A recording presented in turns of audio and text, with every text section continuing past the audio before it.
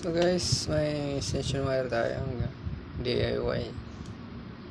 Kung paano to guys, repair. Try natin saksak.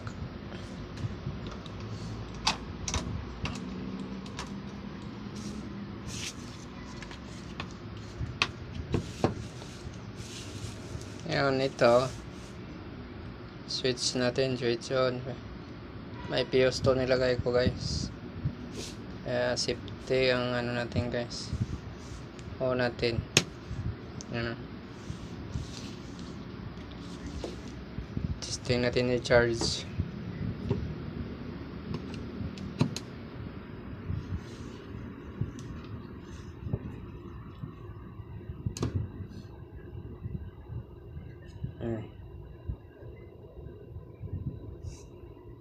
Okay guys.